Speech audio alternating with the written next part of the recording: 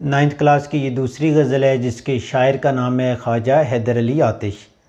हैदर अली इनका असल नाम था और आतिश इनका तखल्लुस था। तखल्लुस यानी वो नाम जो शायर अपने असल नाम की बजाय अपने शेर में इस्तेमाल करते हैं, शायरी में इस्तेमाल करते हैं। ख्वाजा हैदर अली आतिश लखनऊ फैज़ाबाद में पैदा हुए। इब्तदाई उम्र में ही इनके वालिद साहब चल बसे थे, जिससे इनकी तालीम और तरबियत बेहतर अंदाज या बेहतर तौर तरीके से न हो सकी। इनकी पहचान गज़ल बनी। इन्होंने उम्दा गज़ल का इंतखाब या गज़ल में उम्दा ख़यालात का इस्तेमाल किया। ख्वाजा हैदर अली आतिश ने आशिकाना मिजाज रखते थे, आशिकाना शायरी ज़्यादा की है। इनका ज़माना जो है ये 1764 से 1846 तक है, यानी 1764 से 1846 तक। तो ये एक 80 साल की उम्र बनती है, जो एक तवील उम्र इन्होंने पाई। इनके हम असर शायर थे। हम असर मीन यानी इनके ज़माना, इनके साथ एक ही ज़माना इन्होंने पाया था।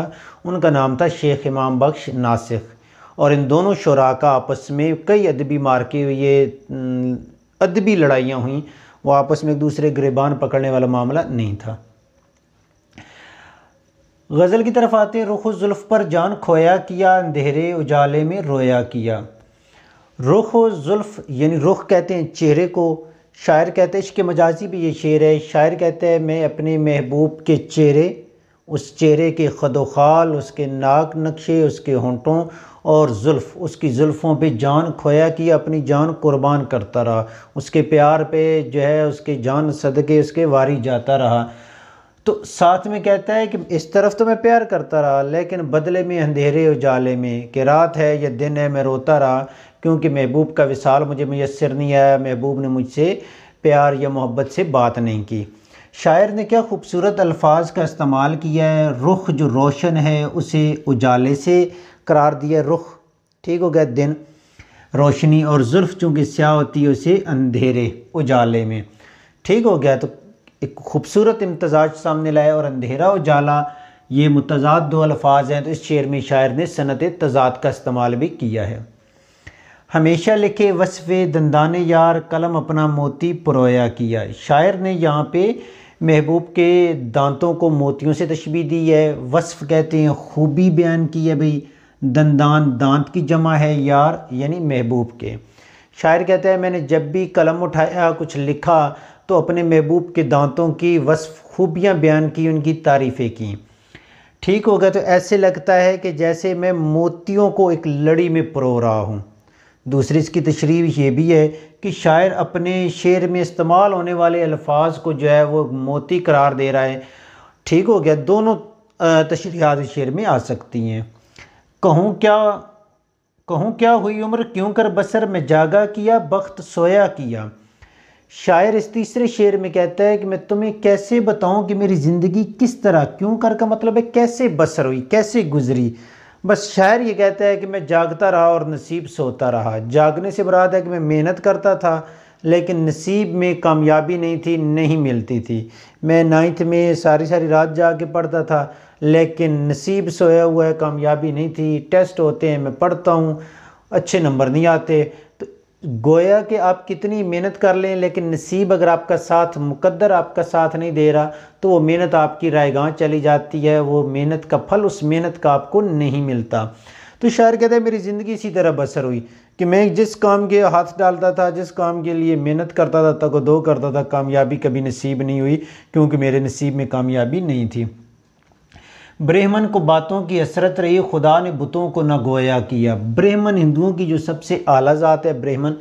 अच्छा, हसरत ख्वाहिश, जो बुत मीन जो बुत होते हैं जो अपनी जगह से हिल न सकें।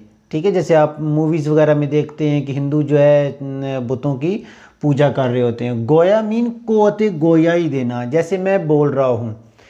ठीक हो गया। इसे कहते हैं गोया होना, बात करना, कोते गोयाई, बोलने की कोवत।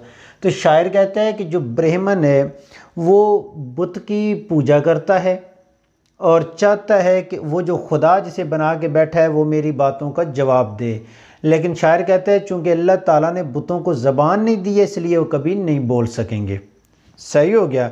अब हमारा ही बैसियत है, एक मुसलमान हम कहते हैं कि अल्लाह ताला हमारी बातों का जवाब देता है, हमारी दुआएं सुनता है, अच्छे बुरे अमाल पे जो है इनाम देता है, सवाब है अता करता है, गुनाह का जो है अजाब देता है, तो गोया कि बोल, जबकि बुत नहीं बोल सकते। शायर कहते हैं जबकि जो बुतों की पूजा करने वाले वो चाहते हैं कि ये बोलें, लेकिन ऐसा मुमकिन नहीं है।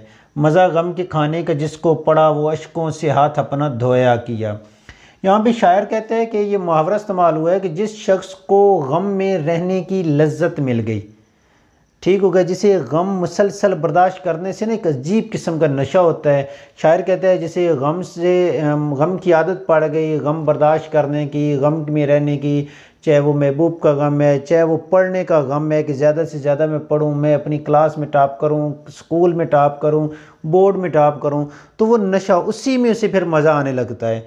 तो शायर कहता है वो अशकों से हाथ अपना धोया किया, यानी गोया कि उसके आंसू इतने जब हर वक्त पूंछता रहते हैं और उसके हाथ जो है वो धुलते चले जाते हैं। ज़नख़दां से आतिश मोहब्बत रही, कुएँ में मुझे दिल डुबोया किया। ज़नख़दां कहते हैं ये जो ठोड़ी का गड़ा होता है इसे ज़नख़दां कहते हैं। शायर कहते हैं मुझे अपनी महबूब की ठोड़ी पे जो ये गड़ा है उससे बहुत ज़्यादा मोहब्बत थी, प्यार था, रहा। साथ में कहते हैं कुएँ में मुझे दिल डुबोया किया, कि गोया कि मेरा दिल मुझे इस कुएँ में फेंक के आ गया है। मैं हर वक्त जो है मेरा दिल जो है इसकी तरफ राग़िब रहता है, महबूब के उस गड़े के उस ठोड़ी की तरफ ध्यान रहता है, सोचता रहता हूँ। तो गोया कि जो है क्या शायर कहता है कि मेरा दिल जो है मुझे इस कुएँ में डुबो के उसी के पीछे लगा के आ गया है। अच्छा भाई, खोया, रोया, परोया, सोया, गोया, धोया, डबोया, ये तमाम अल्फाज हम आवाज़ हैं और आप समझ गए होंगे कि ये अल्फाज क्या कहलाए। जी हाँ, ये काफ़िया कहलाए। और उसके बाद जो किया का लफ्ज़ है, रोया किया, तो ये जितना भी आखिर पे आ रहा है एक ही लफ्ज़ है, बार बार आ रहा है हर शेर के आखिर में है, ये क्या है, रदीफ़।